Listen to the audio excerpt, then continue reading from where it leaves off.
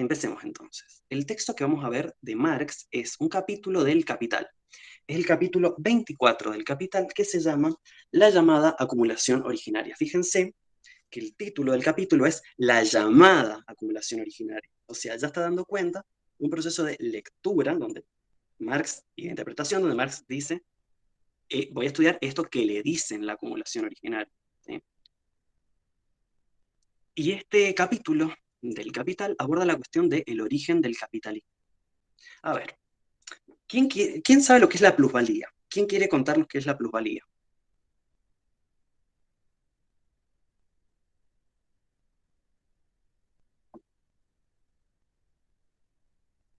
Ah, Bueno, lo digo así como me lo acuerdo. dale. Es el usufructo que se hace de la distancia que queda entre, la diferencia que queda entre el valor de un producto, de una mercancía y el gasto que implica de las personas que lo producen. O sea, de los obreros que, por ejemplo, producen un producto, hay una distancia, una diferencia entre la plata que se les paga y la plata de la cual eso se vende en el mercado. Y esa diferencia es la plusvalía, que es lo que se acumula y que acumula el dueño de los medios de producción. Perfecto. Entonces, para acumular capital, como bien explicaste, tiene que haber plusvalía, ¿sí? Para poder acumular, el capitalista tiene que haber plusvalía. Pero para que haya plusvalía, ya tiene que haber producción capitalista. Ya tiene que haber capital. A ver, lo pongo con un ejemplo sencillo. Voy a poner un ejemplo muy burdo, pero acá no estamos para academicismo, acá estamos para que se entienda la cuestión. Suponte, yo tengo 5 fábricas, ¿no? Suponte. Y con la plata que gano de ahí, sin trabajar, porque trabaja otro, ¿no? El proletario trabaja por mí, construyo una sexta fábrica. Bueno, y mi padre antes tenía 4 fábricas, y mi abuelo 3, y mi bisabuelo 2, ¿sí? Y fueron construyendo con lo que ganaban de esas fábricas.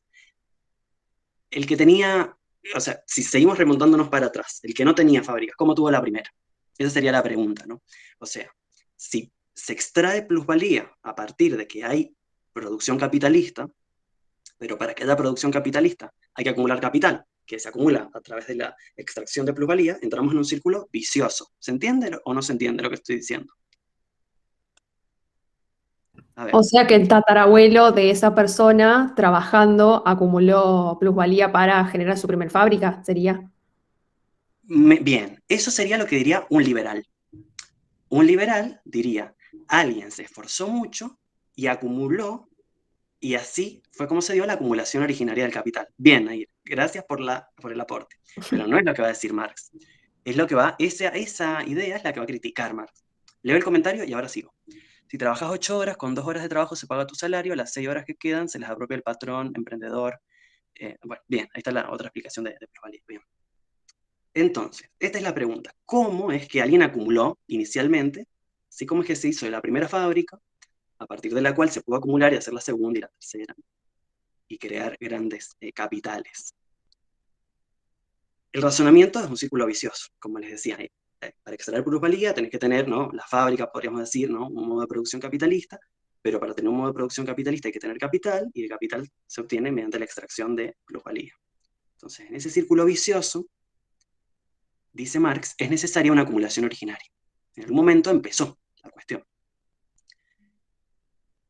Como les decía recién, los economistas liberales proponen que mediante el esfuerzo individual se alcanzó, a ciertas personas en el pasado acumularon cierta riqueza y los que eran vagos no la acumularon. Y Adam Smith es quien habla de acumulación originaria, pero Marx habla de la llamada acumulación originaria, porque el concepto de acumulación originaria para Marx es un eufemismo. Ahí ya vemos cómo la importancia de las palabras, ¿no? Cuando escuchamos transición, ¿no? No hubo ninguna transición. Hubo un proceso violento. A ver, ¿qué dicen los comentarios? Extraer originariamente. Exactamente. Genocidios, claro. Genocidios. Así empezó la cosa. Así empezó la cosa. Marx dice, no, esta acumulación originaria, entre comillas, fue cualquier cosa menos idílica. No fue el resultado del esfuerzo individual. No es que algunos individuos se esforzaron y acumularon, sino que fue un proceso violento iniciado, y acá le ponemos fecha, plim, al inicio de lo que nos trajo hoy al colapso, a inicios del siglo XVI o finales del siglo XV. O sea, 1500, ¿sí? O finales de 1400. Por eso, dice Marx, no conviene hablar de transición del feudalismo al capitalismo, porque una transición da cuenta de algo armónico. Y la acumulación originaria fue cualquier cosa menos un proceso armónico. Para analizar cómo fue esta acumulación originaria, Marx se basa en documentos históricos de Europa Occidental, pero principalmente de Inglaterra. Va a tomar Inglaterra como ejemplo de algo que pasó en Europa Occidental en general, pero dice Marx que como el ejemplo ideal es Inglaterra.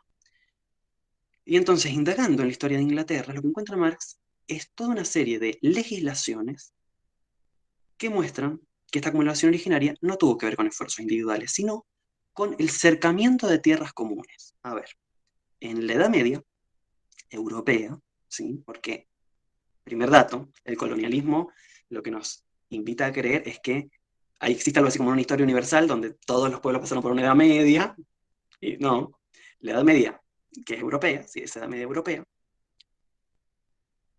en esa Edad Media europea habían tierras comunes, ¿sí? Tierras comunales, tierras que podían usar los campesinos, las campesinas, lugares de reunión, lugares para, no sé, donde habían árboles frutales, etc. Y lo que ocurre, dice Marx, es que se separa a la población de estos medios de subsistencia. Se los arranca, se les saca esta tierra, se la cerca, ¿sí? Se la privatiza. Recuerden que en Ahí, esta época, perdón. sí, No, quería como, porque eran medios de subsistencia para las personas, porque si las personas no poseían una tierra propia, igualmente podían cultivar e igualmente podían servirse de estas tierras comunes. Parece medio obvio, pero hago esta aclaración porque a veces una tierra común o un espacio común nos parece una plaza, ¿no? Que más tiene que ver, qué sé yo, con la recreación o con una cuestión hasta, no sé, estética de la arquitectura urbana, no sé, pero no tiene que ver con que es un lugar del cual nos podemos servir, perdonen lo horrible de la frase, pero fue la primera que se me vino a la cabeza, para poder subsistir. O sea, podemos, no se me ocurren otras, hacer uso de ese espacio para cultivar o para obtener alimentos o para obtener leña o para llevar algún animalito a pastar. Eso. bien, gracias Juli, gracias. Totalmente. Lo que estaba por decir, es que en esa Edad Media, las grandes masas de la población estaban en el campo, no en la ciudad. Y este cercamiento de las tierras comunes y la expulsión de los campesinos de su tierra obligó a que se trasladaran a la ciudad. Vieron que nos hablan en la escuelita, bueno, en la modernidad la gente se trasladó del campo a la ciudad. No, no se trasladó, la echaron. La ciudad nunca fue un lugar concebido como algo lindo. Eran sucias las ciudades, era un espanto, estaban llenas de rata, una cochinada, había mucha mugre, imagínense la higiene en esa Europa medieval atrasada. No eran un lugar divino la ciudad. Los expulsaron las ciudades, los obligaron a irse porque les sacaron la tierra. Y dice Marx, se los arrojó al mercado en calidad de proletarios libres. Marx es muy sarcástico en sus textos. Y en este capítulo en particular van a ver que, si lo leen, que se subí al Drive, que utiliza mucho la palabra, bueno, ahora son proletarios libres. ¿Por qué? Porque está siendo sarcástico con Adam Smith y con todos los liberales, ¿sí? Es como decir, bueno, ¿les gusta la libertad tanto? Bueno, miren, esto es la libertad. Libertad también significa estar despojado de algo. Estaban libres de propiedad, libres de tierra. Se los liberó de esa tierra en la cual estaban asentados. Entonces, les decía, para Marx, el capitalismo nace en este proceso de acumulación originaria que implica el cercamiento de las tierras comunes y la escisión de las personas que trabajan de los medios de producción y subsistencia, ¿sí? O sea, se las escinde, se las separa. Quienes trabajan no son dueños de los medios en los cuales trabajan. Este proceso violento de expulsión del campesinado y de los siervos de sus tierras configura, dice Marx, la prehistoria del capital. Y estos medios de subsistencia se transforman, bueno, en capital. Si estos medios de producción, la tierra, se transforma en capital. Capital, ¿qué es capital? Capital es el valor que se valoriza, ¿sí? A partir de esta expulsión, a ver, cuando hay una tierra que la usa un campesino para que paste su animalito, para tener una huertita, no produce eso capital, eso está como modo de subsistencia. Cuando se expulsa a todos los campesinos y ahí después se pone una mega factoría de cerdos, eso da capital después, ¿no? Y a estos campesinos se los transforma en asalariados en la ciudad. Dice Marx que, bueno, se produce este gran desplazamiento del campo a la ciudad, pero la industria, que estaba surgiendo de a poco, no puede absorberlos a todos. Entonces aparece grandes masas de vagabundeo, de vagabundos, gente que no tenía para trabajar, ¿no? Y además, que así como la ciudad no era un lugar deseable, el trabajo asalariado, que para hoy, para nosotros, para muchos de nosotros, es la panacea, ¿no? En nuestra sociedad, tener un trabajo fijo, ¿eh? Asalariado, estaba mal visto el trabajo asalariado, no estaba bien visto. O sea que también, digamos que hubo resistencia a ingresar a la fábrica. Miren, en la diapositiva 16 les puse un fragmento del texto. ¿Quién quiere leer? ¿Alguien se ofrece? Yo puedo leer. Dale, gracias. La expoliación de los bienes eclesiásticos, la enajenación fraudulenta de las tierras fiscales, el robo de la propiedad comunal, la transformación usurpatoria, practicada con el terrorismo más despiadado de la propiedad feudal y clánica en propiedad privada moderna, fueron otros tantos métodos idílicos de la acumulación originaria. Esos métodos conquistaron el campo para la agricultura capitalista, incorporaron el suelo al capital y crearon, para la industria urbana, la necesaria oferta de un proletariado enteramente libre. Gracias. ¿Vieron cómo juega Marx con esto del... Ahí está, así se creó el proletariado libre. Ahí está la libertad. La libertad es eso también. Hay una gran paradoja, que es que el capitalismo, por un lado, todo el tiempo asusta con el fantasma de en el comunismo no tenés tu propiedad privada, pero es el capitalismo el que nace a partir del robo de la propiedad privada individual, de la propiedad comunal, de la propiedad privada de trabajadores, que la convierten en este proceso de acumulación originaria, se transforma en propiedad privada capitalista, o sea que produce capital. Pero es muy gracioso eso, que el capitalismo todo el tiempo ahora es defensor de la propiedad privada, pero si fueron los primeros que la robaron. Sí, claro, te oigo. Pensaba en el concepto de propiedad privada en ese sentido, porque quizás antes, o sea, como aparece ahí, digamos, en ese robo se construye el concepto de propiedad privada, ¿no? Hasta entonces quizás la propiedad comunal está tomada y pensada y apropiada y habitada diferentemente. No sé, pensaba en el concepto. Sí, bueno, suponte, hoy, para continuar con lo que decís, pienso en una plaza, muchas veces las destruyen a las plazas, ¿no? Porque lo común es como que no es de nadie, en vez de que sea de todos, ¿viste? Y sí, habían propiedades comunes y también había propiedad privada individual de esto de algunos campesinos que lograban tener alguna parcela propia, pero era una propiedad privada de donde había una persona que trabajaba esa tierra. El paso a la propiedad privada capitalista es que esa tierra pasa a ser de alguien que no la trabaja. También tiene que ver con eso. Pero creo que estrictamente hablando sí había alguna especie de propiedad privada antes, pero también mucha propiedad comunal. A ver, Perdón, comentario. básicamente no estaba privatizada el 100% de la tierra. Habían parcelas que tenían sus propietarios y habían como, no sé si incluso como hasta alguna lógica de acercamiento, pero no es como ahora que prácticamente toda la extensión del planeta Tierra tiene dueño, dueña, dueñe. Total.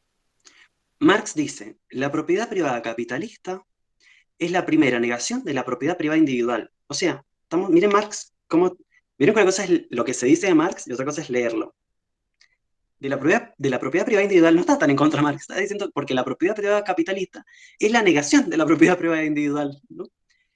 Leo acá el Tadeo dice, también hay una apropiación de los cuerpos de las mujeres, tal cual, ya lo vamos a ver cuando llegamos a Federici, que producen trabajadores. Eso lo trabaja en el texto Patriarcado y Acumulación Originaria a Escala Mundial.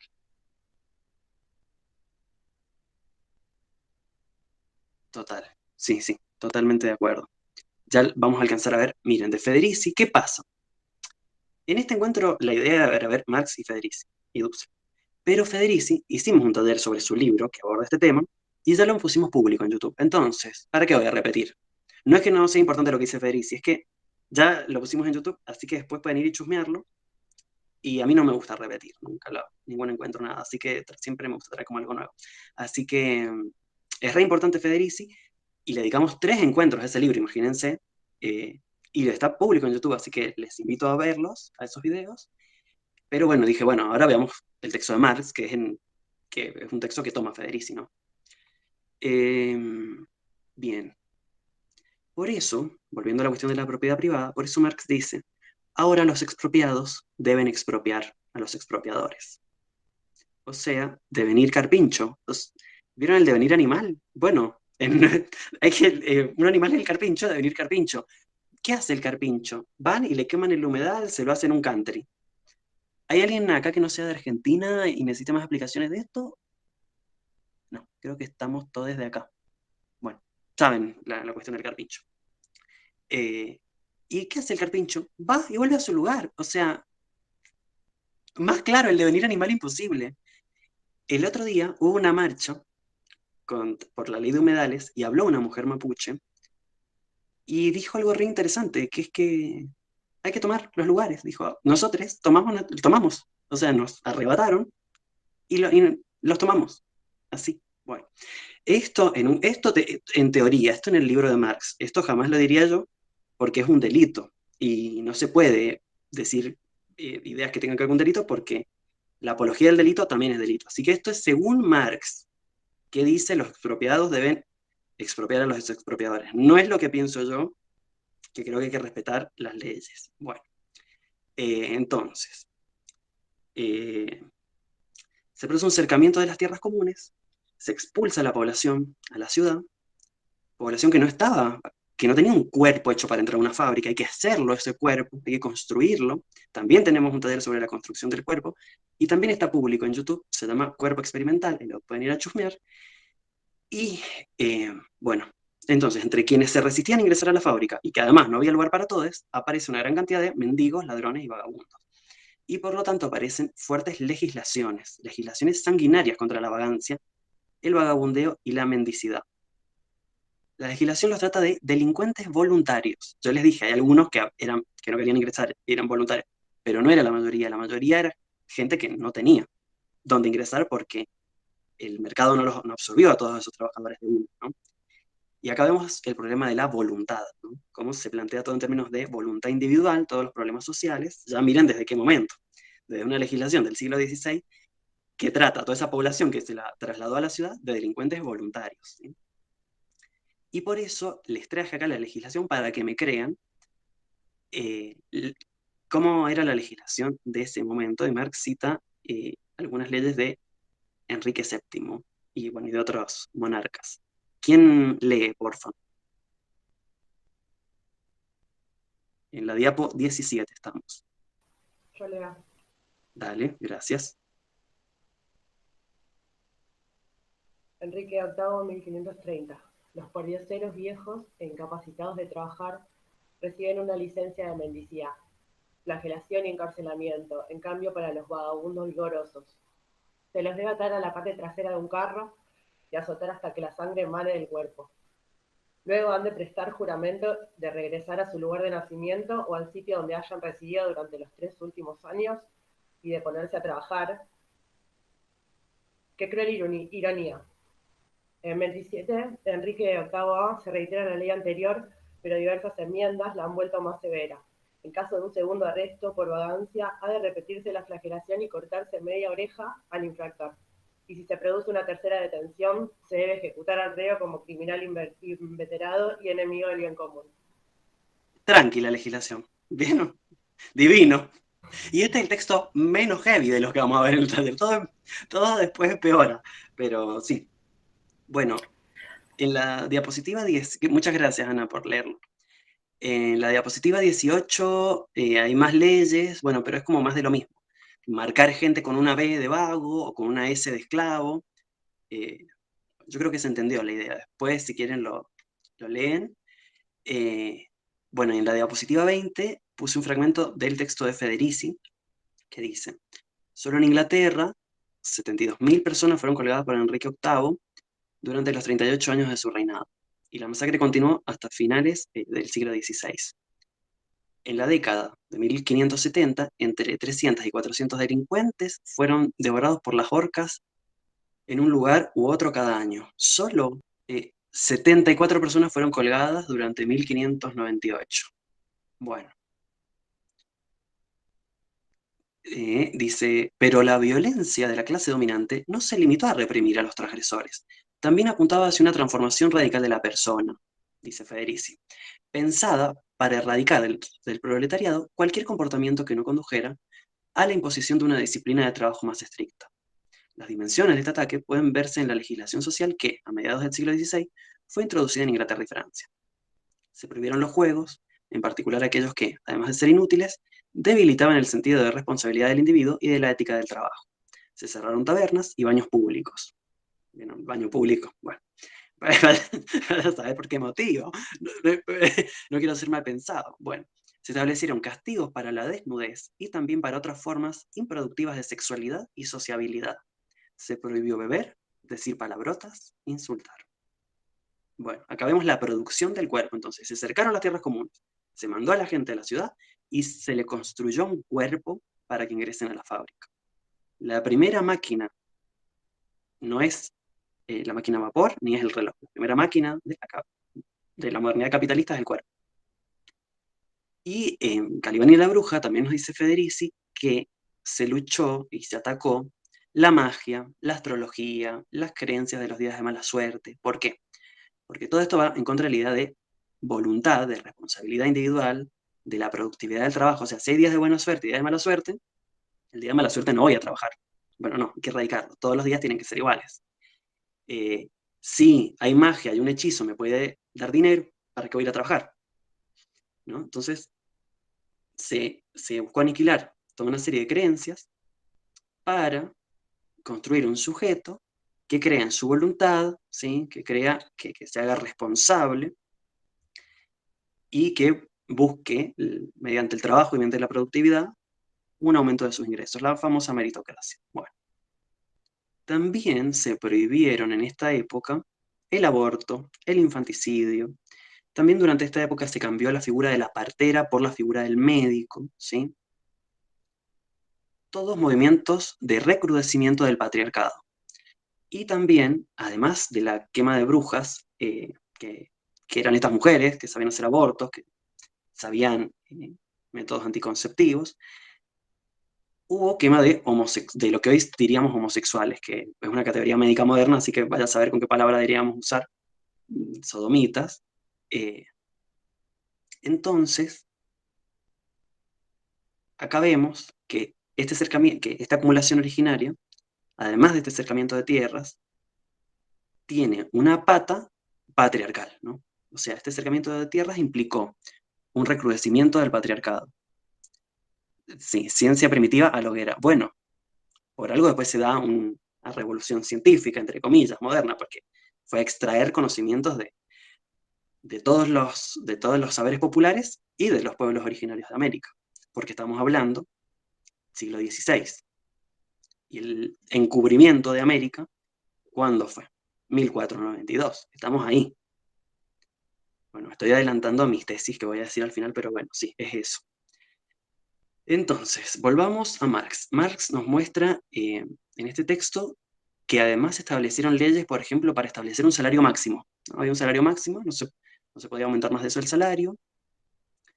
Y como les decía, se buscaba disciplinar el cuerpo y transformarlo para que pueda agenciarse a la fábrica. ¿Qué más? Vamos a la diapo 21, a ver quién la quiere leer. Yo leo, pero dame un segundo que voy hasta la diapo 21. Dale. La expropiación y desalojo de una parte de la población rural no solo libera y pone a disposición del capital industrial a los trabajadores, y junto a ellos a sus medios de subsistencia y su material de trabajo, sino que además crea el mercado interno. El arrendatario vende ahora como mercancía y masivamente medios de subsistencia y materias primas que antes, en su mayor parte, eran consumidos como medios directos de subsistencia por sus productores y elaboradores rurales. Muchas gracias. ¿Se entiende lo que dice este párrafo? ¿Quién lo quiere explicar? ¿Quién lo quiere relacionar con el presente? Esto está muy vinculado al presente. Antes de esta acumulación originaria, las personas producían en estas tierras comunes sus alimentos. Al expulsarlas, tienen que comprar. Se crea ese mercado interno de consumo, que antes no era necesario, ¿no? Ahí vemos cómo el aumento del PBI no es algo necesariamente bueno, porque crear mercado interno es más PBI, hasta donde yo tengo entendido, que no es mucho. Y con el paso del tiempo, esos saberes se fueron perdiendo. Nosotros ahora no sabemos producir nuestros alimentos. Y es lo que tenemos que aprender a hacer para el colapso, y retomar esos conocimientos. Tadeo, ¿querés decir lo que pusiste ahí en el chat, que es re importante, así queda grabado? Sí, la palabra que se utiliza en inglés de manera despectiva contra la comunidad homosexual, sobre todo en los años 50, se sigue utilizando actualmente también es faggot, que tiene un origen, viene de Inglaterra, pero en realidad proviene de otros pueblos de habla inglesa, sería, o anglosajona. Fag quiere decir o sea que es como, nosotros en español no usamos esa palabra, pero vendría siendo como un puñado de leños, que se los juntaba, se los ataba bien fuerte, y así se obtenía un fuego intenso para prender otro tipo de troncos más pesados. Entonces, así era como los quemaban a los homosexuales que perseguían en esa época que vos mencionabas. Entonces quedó instalado ese término, no solo para describir su actividad sexual, digamos, por fuera de la ley, sino porque era cómo se los trataba. Entonces el concepto de faggot es extremadamente violento y, bueno, proviene de esa época, de una práctica de ejecución. Exactamente, eso lo cuenta Federici, está en un pie de página de Calibán y la Bruja. Tal como dice Tadeo, digamos, la leña se calentaba, se prendía la leña con los putos y las tortas y todo lo que no fuera heterosis, y después, una vez que la leña estaba calentita, tiraban a las mujeres que no se querían reproducir, ¿no? Entonces acá ya tenemos un primer indicio para el colapso. Lo dice Federici. El cuerpo es a la mujer lo que la fábrica es al varón. El principal lugar de explotación, pero no se queda ahí, no es el principal lugar de explotación y punto, y de resistencia.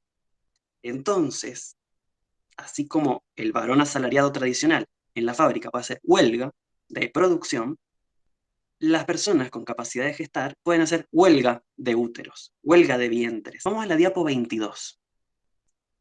La leo si quieren. Dice, tantos esfuerzos se requirieron para asistir al parto de las leyes naturales eternas que rigen al modo capitalista de producción.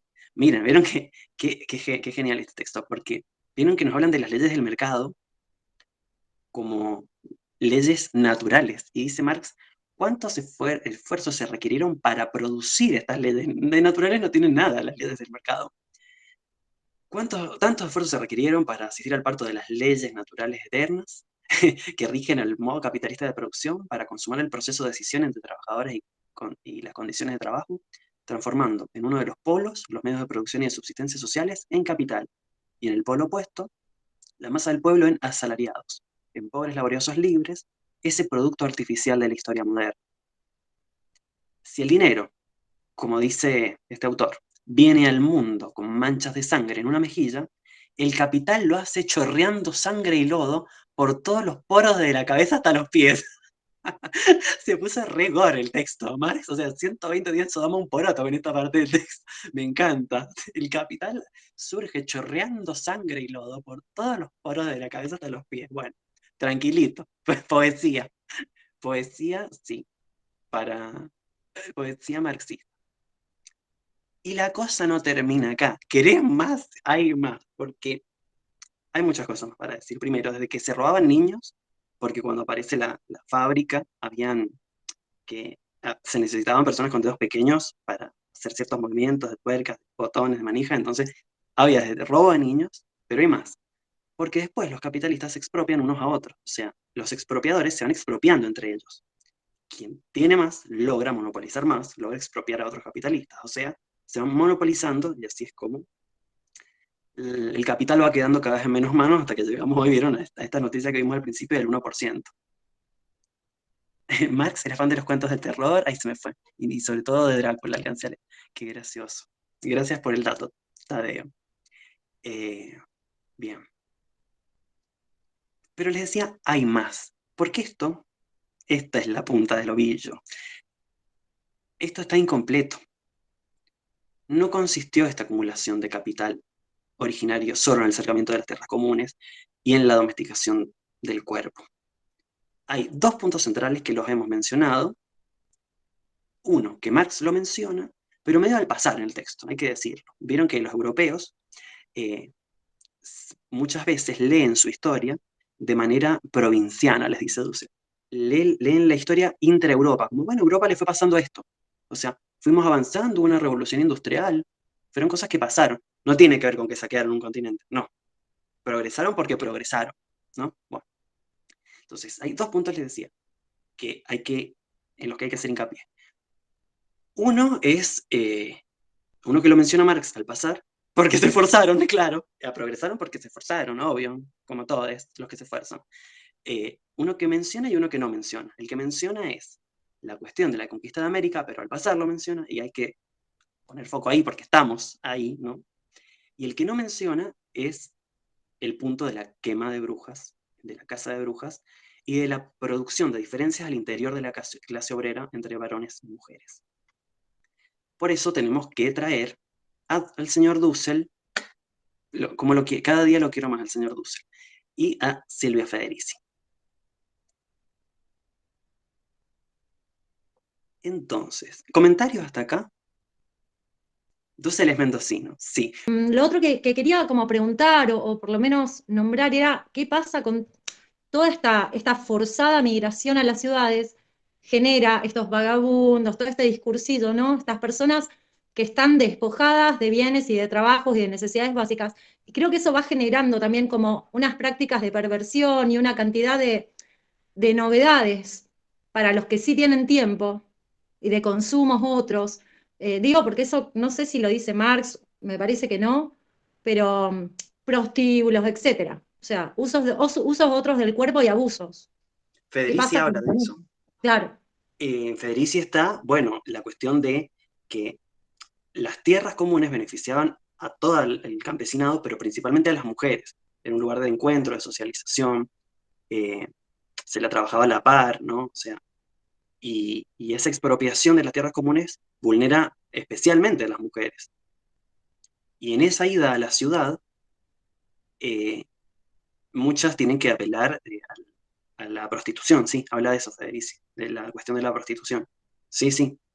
Por eso Federici dice que, bueno, por eso el gran trabajo de Federici es ese, mostrar que esta cuestión no fue homogénea en todo el campesinado. O no, sea, claro. la producción de desigualdades al interior del campesinado, y el género es una gran división en ese sentido, moderna,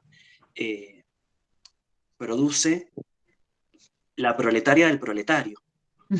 El margen del margen, claro. Y eso, a ver, esto no lo dice Federici, pero se me ocurrió a mí. O sea, por un lado, algo que sí dicen los textos. Por un lado, eso beneficia al capital, ¿en qué sentido? El obrero necesita reproducir su existencia, o sea, mantener sus condiciones de vida, ¿no? De un día para otro. Para eso el patrón le paga, ¿no? Un dinero para que subsista. Si la mujer cobrara por el trabajo de la casa, debería pagarle más. ¿Sí? Al invisibilizarse el trabajo de reproducción de las tareas de la vida, del hogar, ¿sí? Al invisibilizarse, al no contabilizarse como trabajo, ese trabajo gratuito que empieza a hacer la mujer en el hogar, es dinero que se ahorra el patrón. Paga un sueldo al precio de dos. Entonces, por un lado le conviene al patrón. Y por otro lado, bueno, divide y vencerás.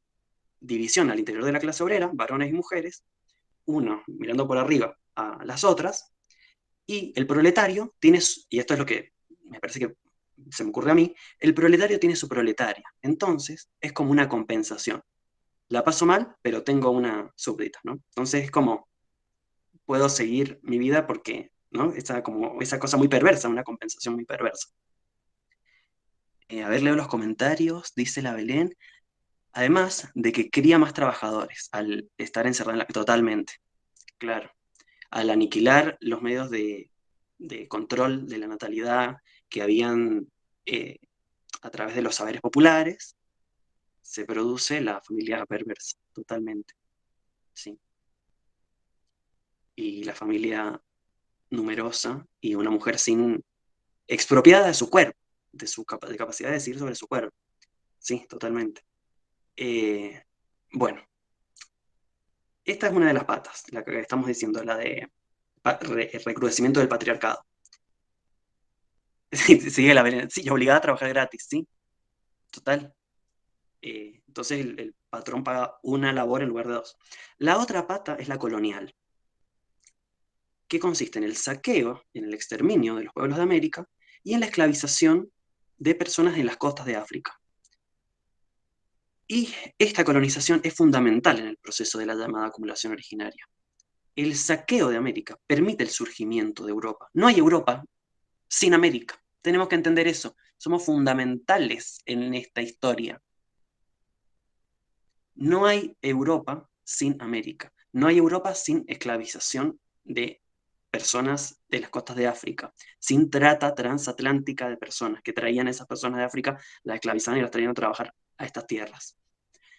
Patriarcado, por un lado, y colonialismo, por otro lado, son las patas que acompañan al capitalismo. Y acá entonces traemos a Dussel. Lo que nos va a decir Dussel es que antes de la conquista, miren, yo les puse un mapa en la diapositiva 23. Este es el mapita, ¿no? Antes de la conquista, Europa, miren, Europa está chiquitito. Tenemos que descolonizar la percepción. Nosotros vemos el mapa de del mundo, esperen que lo tengo que correr el celular para ver el power, y vemos Europa como centro. Pero Europa, en Eurasia, y viendo, digamos, Europa, Asia y África, es un rinconcito, chiquitito, ¿sí? Descolonizar la percepción. Es un rinconcito chiquitito, que estaba sitiado por el mundo árabe musulmán, ¿sí? También por el Imperio Otomano. La Edad Media europea es solo europea, porque cuando Europa estaba en esa Edad Media, que en teoría es sin progreso científico, ¿no? Caro, ¿levantaste la mano o quedó levantada de antes? Perdón, si la levantaste. Creo que levantada. Decía, mientras Europa estaba sin ese progreso científico, el mundo árabe musulmán estaba en su edad de oro, el mundo islámico. Además, los centros económicos son otros, no son Europa. Europa era la peste había diezmado a la población, ¿sí? Creo que un tercio de la población europea mató, la peste negra. El centro económico de ese mundo, antes del encubrimiento de América, era Bagdad, era China, eran otros lugares. Yo no sé tanto de este tema, más o menos lo manejo, pero sé que no era Europa. Por eso las cruzadas son un intento de romper ese muro, que era este mundo islámico, para llegar a Bagdad, para llegar después a China, ¿no? No pudieron. Entonces, no pudieron por el este, y entonces, ¿qué intentaron? Por el oeste. ¿Ven el mapita? Se fueron en barco por el oeste. Cuando ellos querían ir a China, Colón se murió sin saber que había estado en un continente nuevo. Él pensó que había llegado a las Indias orientales. Américo Vespucio también. No sabía que descubrió América. Dijo, ay, mira cómo, en todo lo que es la Patagonia, ¿no? Ay, mira qué largo, cómo sigue acá la China, esto es un nuevo mundo. Pero no sabía que era un nuevo continente. Nos han contado toda la historia de manera eurocéntrica. Tenemos que construirla de nuevo. Mientras en esa Europa medieval están con Platón, esa porquería de Platón, porque se vincula mucho al cristianismo y porque se cristianizó Platón y se platonizó el cristianismo y hubo esa cosa, en el mundo islámico conserva a Aristóteles. Y Aristóteles es una excepción en la antigüedad. Es porque tiene un pensamiento científico Aristóteles. Entonces, los árabes, los musulmanes, pudieron avanzar muchísimo en astronomía, en química, Y Europa no, Europa estaba atrasada, feudal, con una peste. Y quisieron salir por el oeste para llegar a China, porque no podían, por el otro lado, por el este, y terminaron de pedo en América y se robaron todo. Fue todo un accidente, ¿entienden la cuestión? Eh, a ver, leo los comentarios. Los árabes conservaron los textos aristotélicos, hasta donde tengo entendido. Si está por acá la Julieta, viene en algún momento, nos puede desasnar un poco más al respecto. Pero hasta donde yo tengo entendido, conservaron a Aristóteles. Entonces, mientras esa Europa Sí, medieval era perdón. periférica, sí, Solo digo esto, los no, árabes, los textos de Aristóteles se van a perder durante prácticamente todo lo que es la Edad Media Europea, van a quedar en manos de los árabes y más o menos en el 1600 esos textos se recuperan. Por eso todo el cristianismo primitivo es más bien platonista. Bueno, el filósofo más importante va a ser San Agustín. Y después y como Santo que vuelve Tomás, Aristóteles. claro, Claro, Santo Tomás va a hacer una lectura de los textos de Aristóteles. claro, O sea, está pero porque San ya es Agustín al más al principio de final, la Edad Media. claro. Claro, y después viene Santo Tomás, y también esto, como, además de otras concepciones sobre lo divino, Aristóteles es el fundador de la lógica, tiene tratados sobre física, tiene tratados sobre medicina, o sea, como que ingresa toda una serie de conocimientos que para el mundo medieval habían estado un toque vedados. Miren las palabras: álgebra, alquimia, alcalino, alcohol. Ese artículo al es el artículo definido del árabe. Son invenciones de esa época de oro, entiendo yo. Nosotros, de hecho, utilizamos los números arábigos, son los números árabes, no utilizamos los números romanos para sumar y restar y multiplicar y dividir. Traten de dividir con números romanos, a ver cómo les va. Traten, de verdad, multipliquen con números romanos, a ver cómo les va. No tienen cero. Traten de multiplicar con números romanos, es re complicado. Entonces Europa está atrasada. Dice Tadeo: zanahoria, aceite, arroz, almohada. Agrega a las palabras estas. Bien, gracias. Entonces Europa está atrasada y sitiada. No puede llegar a China por el este y lo intenta por el Atlántico. Y así es como descubre, no se puede palabras, América. Y eso es lo que la convierte en un lugar central y en una potencia. Porque se saquearon un continente enorme. Esa es básicamente la cuestión. Y la colonización no implica solo la empresa material de saqueo, de modificación de la tierra en beneficio del conquistador, del colonizador. Implica también una empresa administrativa, es manejar las autoridades, el virreinato. E implica una empresa ideológica, que no hay colonización realizada sin la empresa ideológica. La empresa ideológica implica destruir las religiones autóctonas e implica introducir la ideología del colonizador al colonizado. Nosotros tenemos que reconocernos eurocéntricos. Pero no solo decir, soy eurocéntrico, entonces me doy cuenta y listo. No, ya no soy más eurocéntrico. No, porque después estudiamos historia y creemos que hay una antigüedad que es Grecia, después se pasa a Roma, después a la Edad Media y después la modernidad. Pero no soy eurocéntrico. Sí, no lo sabemos, pero eso es eurocéntrico. Después estudiamos puro Freud y Lacan. Eso es eurocéntrico. Después tenemos cánones de belleza eurocéntricos. Después, esto lo discutí con el Tadeo, pero no importa, lo digo igual porque es lo que yo pienso. Después hablamos de guerras mundiales. Guerras implican batallas, y que yo sepa, nuestro país no estuvo en ninguna batalla en la guerra mundial. Así que mundial no era. Solo que, claro, los que se creen que son el mundo, dicen, bueno, si estuvo Alemania, si estuvo Inglaterra, si estuvo Estados Unidos, y después también China y Japón, listo, fue una guerra mundial. Que tuvo implicancias mundiales, después puede ser, sí, pero no fue mundial la guerra, la que decimos guerra mundial. No fue mundial, tenemos que entender lo que no fue mundial, porque si no nos anulamos como lugar, no existimos. ¿Qué más ejemplos de colonización?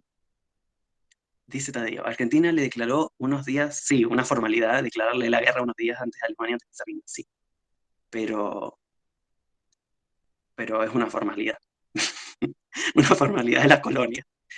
¿Qué otro ejemplo se les ocurre de mentalidad colonial?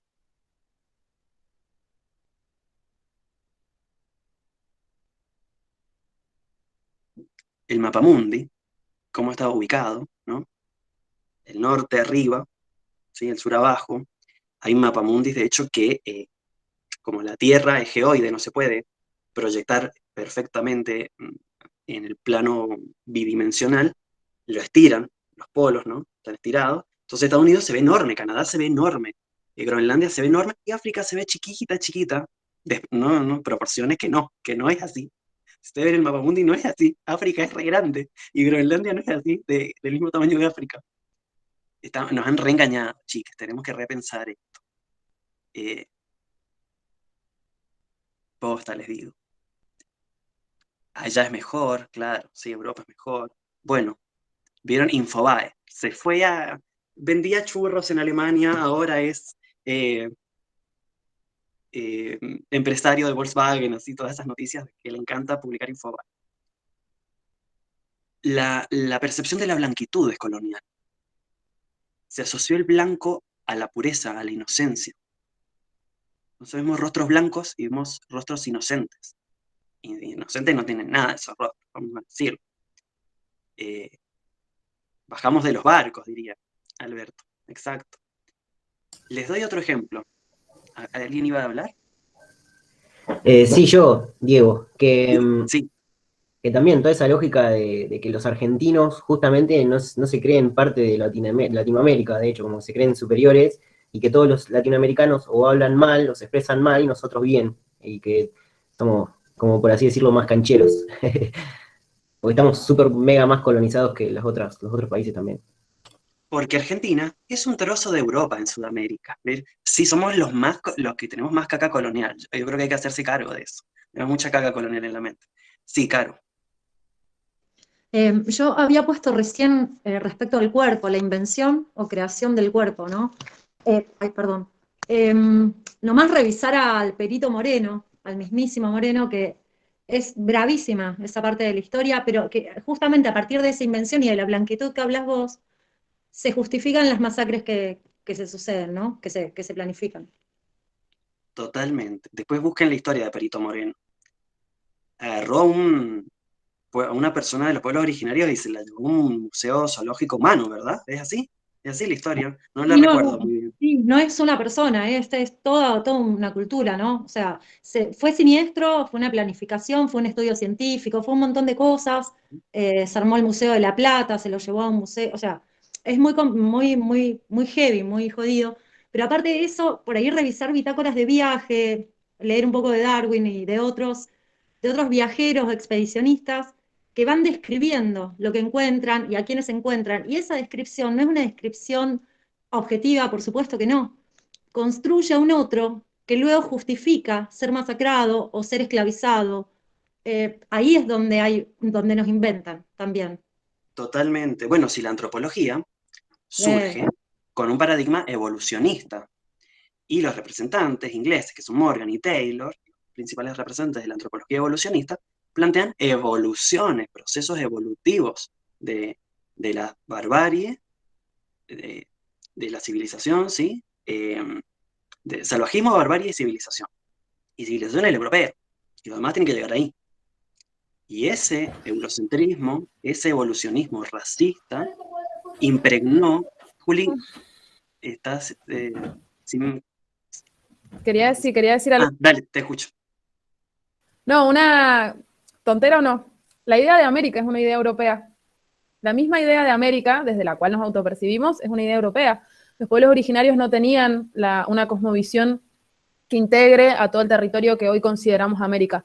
Lo más grande eran los pueblos de la Via Yala, que es como más América del Sur, pero la idea de América es una idea construida por Europa. Totalmente. El nombre América es un nombre europeo. Por Américo Vespucio. Colombia, por Colón. Hay que ponerle un país, Colombia. Qué feo nombre. Voy a ver Colón a un país. Filipinas es por Felipe II. De que era príncipe de España, si mal no recuerdo. Les estaba diciendo, bueno, de la antropología evolucionista, sí, nada, todo es una cochinada. Pero hay más, miren cómo somos de eurocéntricos. Si yo les digo 1789, ustedes saben que pasó 1789, Revolución Francesa, ¿verdad? Muy bien, todas eurocéntricas, saben muy bien ese dato. Y si yo les digo 1885, ¿qué pasó en 1885? Chachan, chachan. A ver, el medidor de colonialismo interno. Así, así como está el feministómetro, vamos a hacer el colonialistómetro. ¿Qué pasó en 1885? ¿Alguien? ¿Alguien sabe? Es re importante lo que pasó. Vieron que somos recoloniales. Se da el Congreso de Berlín. A veces se le dice Congreso, a veces se le dice Conferencia de Berlín, en 1885. Se reúnen las potencias europeas para dividirse África, para dividir sus zonas de influencia en las nuevas colonias que va a ser África. Pero miren, 1885, esto es súper reciente. América, estamos hablando de 1492. Es muy diferente la experiencia colonial en América que en África. América, 1492 comienza, y tenemos los procesos de independencia en el 1800 y algo, ¿verdad? África, 1880, antes, este robo de personas para la trata transatlántica, eran solo en las costas, no es que estaba todo África tomado. Es en 1885, después de haber saqueado América, que se reparte en África. Se reparten así, dicen, bueno, a ver quién tiene más poder militar, bueno, Inglaterra le toca esto, a este le toca esto, ¿sí?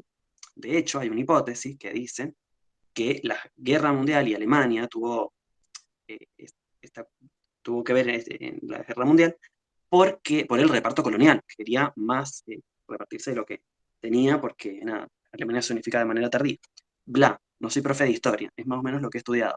Pero, como les decía, es diferente el proceso de colonización.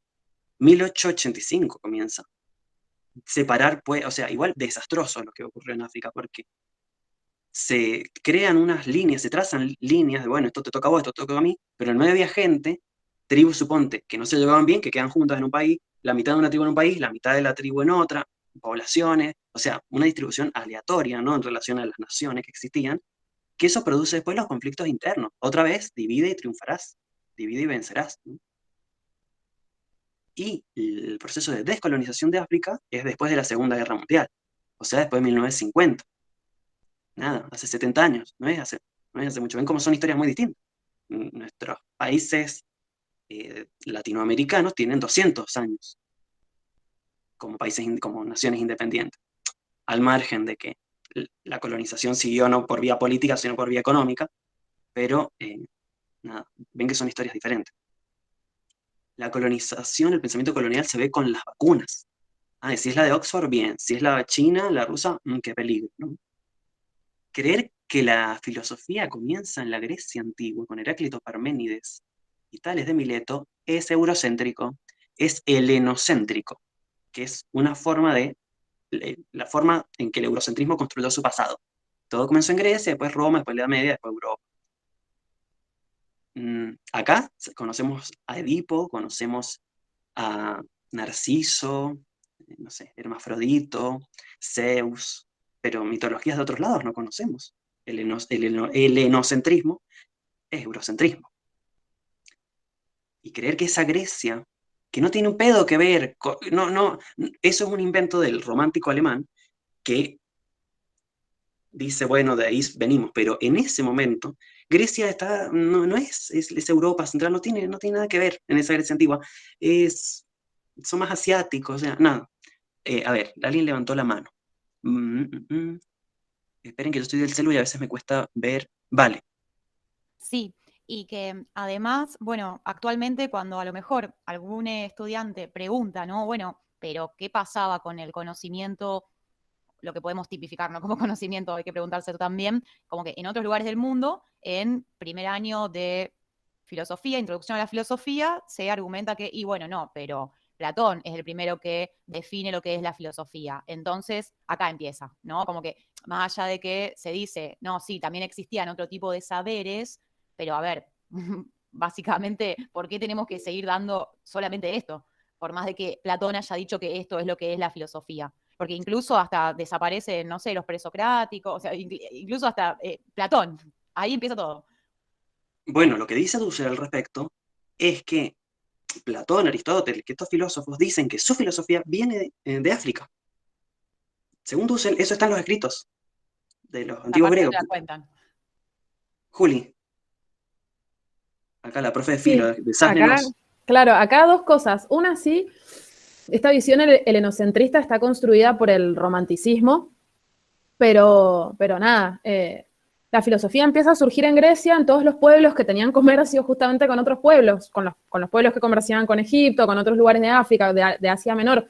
O sea, la filosofía no surge incluso en el núcleo de Grecia, o sea, no surge en Atenas, surge en los márgenes, en los bordes, donde había contaminación y contacto. Eso por un lado. Y surge muy mamando la astronomía, la matemática, que eran saberes de los egipcios, de los babilonios, o sea, no eran saberes propiamente europeos, entre comillas, pues Europa comunidad tampoco existía.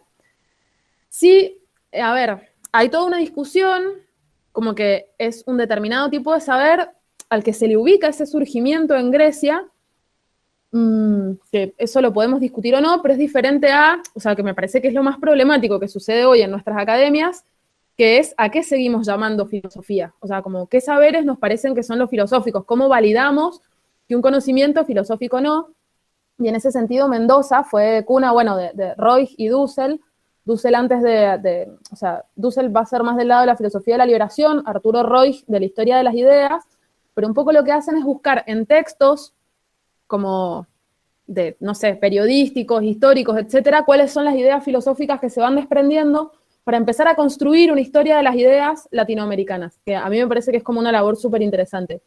Sobre la discusión de dónde empieza la filosofía y por qué, me parece que es una cosa, pero seguir leyendo solamente a Kant y a Nietzsche y a Hegel, por más hermosos que nos puedan parecer, pero desmereciendo como todos los saberes filosóficos que se han producido en nuestras tierras, eso sí me parece una actitud como sumamente colonial.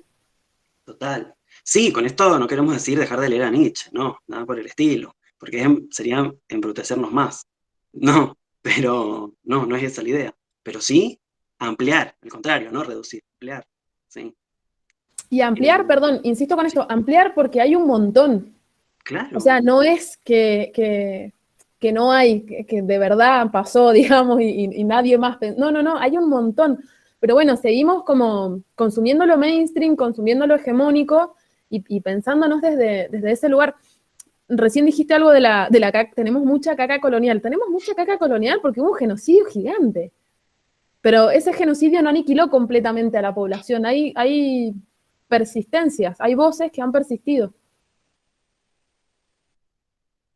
totalmente. Gracias, Juli. Y, o sea, a mí es algo que estoy pensándolo, no es que haya pensado nada puntual, es lo que estoy pensando, que es que acá todos quienes estamos no pertenecemos, no todos pertenecemos a minorías sexuales, no todos somos mujeres, no todos somos discas, no todos tenemos un cuerpo eh, con diversidad funcional, no todos tenemos la misma edad, pero sí todos somos sujetos coloniales de acá.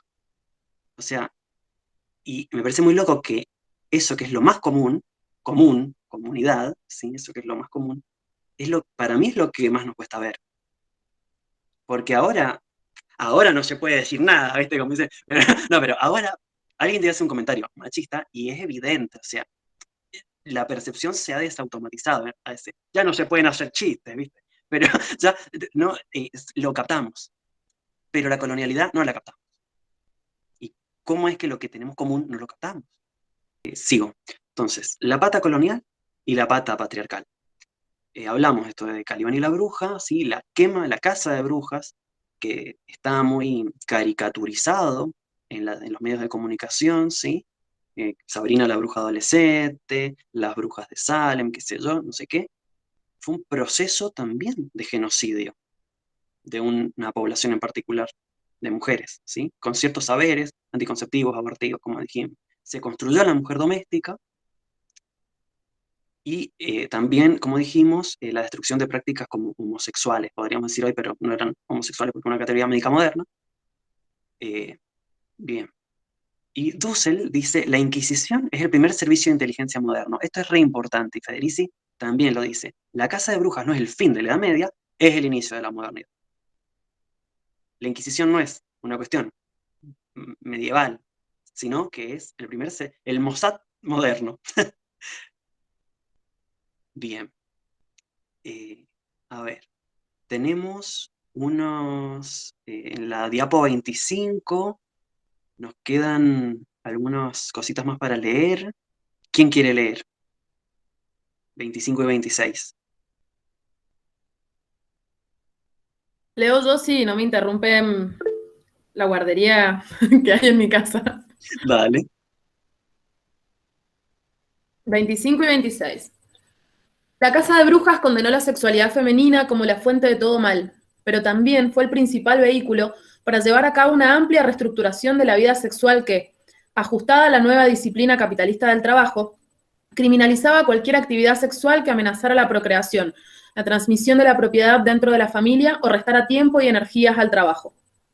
Los juicios por brujería brindan una lista leccionadora de las formas de sexualidad que estaban prohibidas en la medida en que eran no productivas.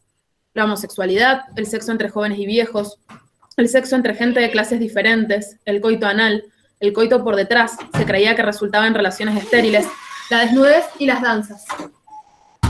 También estaba proscrita la sexualidad pública y colectiva que había prevalecido durante la Edad Media, como en los festivales de primavera de origen pagano, que en el siglo XVI aún se celebraban en toda Europa. Ay, habían cosas divertidas. La pasaban bien.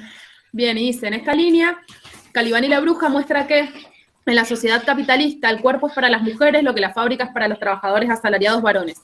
El principal terreno de su explotación y resistencia en la misma medida en que el cuerpo femenino ha sido apropiado por el Estado y los hombres, forzado a funcionar como un medio para la reproducción y la acumulación de trabajo. Bien, gracias, Juli. ¿Comentarios sobre esto? Después, mire, le puse creo que son como 4 tesis que plantea Federici sobre este trabajo, que me parece que están piolas. Dice, estamos en la diapo 27 y 28. La expropiación de los medios de subsistencia de los trabajadores europeos y la esclavización de los pueblos originarios de América y África en las minas y plantaciones del Nuevo Mundo, entre comillas, no fueron los únicos medios para la formación y acumulación del proletariado mundial. ¿Por qué? Falta mencionar la cuestión patriarcal, la casa de brujas. 2. Este proceso requirió la transformación del cuerpo en una máquina de trabajo y el sometimiento de las mujeres para la reproducción de la fuerza de trabajo. Fundamentalmente requirió la destrucción del poder de las mujeres que, tanto en Europa como en América, se logró por medio del exterminio de las brujas. El 3 dice, la acumulación primitiva, lo mismo que acumulación originaria, no fue entonces simplemente una acumulación y concentración de trabajadores explotables y capital. Importante esto. Fue también una acumulación de diferencias y divisiones dentro de la clase trabajadora, en la cual las jerarquías construidas a partir del género, así como las de raza y edad, se hicieron constitutivas de la dominación de clase y de la formación del proletariado moderno. Y 4, no podemos entonces identificar acumulación capitalista con liberación del trabajador, mujer u hombre, como muchos marxistas, entre otros, han hecho, o ver la llegada del capitalismo como un momento de progreso histórico.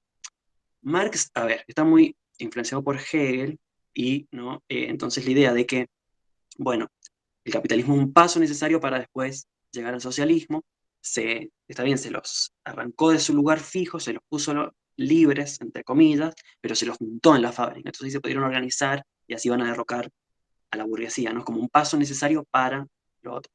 Acá dice Federici, no es un paso necesario, no es un momento de progreso, no. Por el contrario, el capitalismo ha creado las formas de esclavitud más brutales e insidiosas, en la medida en que inserta en el cuerpo del proletariado divisiones profundas que sirven para intensificar y ocultar la explotación. Es en gran medida debido a estas divisiones impuestas, especialmente la división entre hombres y mujeres, que la acumulación capitalista continúa devastando la vida en cada rincón del planeta. Y acá la cuestión del género también se puede vincular al cambio climático. Vieron que recién decía la cuestión del colonialismo, quién ha producido más emisiones de dióxido de carbono, de gases de efecto invernadero, y quién sufre las consecuencias. Bueno, en relación a la cuestión de género también se puede pensar algo de esta índole, porque la carne, bueno, sobre todo en Argentina, ¿no? El asado, el gaucho, esos imaginarios, está muy asociada al varón, ¿no? La carne, el asado. Hay varones que no saben cocinar nada, pero saben hacer un asado. Y el otro día, charlando con la NAR en el vivo que hicimos, que se llama Psicología del Colapso, creo que ahí yo le decía que, viste que te dan la bolsita ecológica para ir al supermercado, porque siempre hay responsabilización individual de los problemas sociales, así que uno tiene que ir con la bolsita para que no tengan bolsita de plástico. Y la verdad, yo voy con la bolsita, y uno va y es una señora, vamos a decir, no pasa nada. Y no ve, y eso es una afrenta a la masculinidad hegemónica. Yo no veo varones hegemónicos yendo con la bolsita ecológica a comprar. ni prescindiendo del asado, ¿no?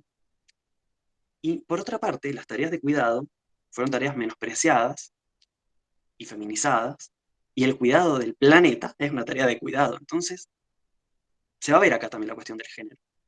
No sé qué piensan ustedes al respecto. Las supercamionetotas.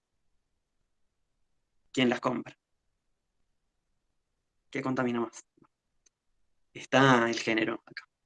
Entonces, colonialismo y patriarcado como patas importantes de esta acumulación originaria, para no leer la historia intraeuropea exclusivamente. Y también colonialismo y patriarcado se entrecruzan, porque la caza de brujas se exportó a América para infundir terror y para destruir las resistencias colectivas anticoloniales durante la conquista. Por eso vamos, para esto vamos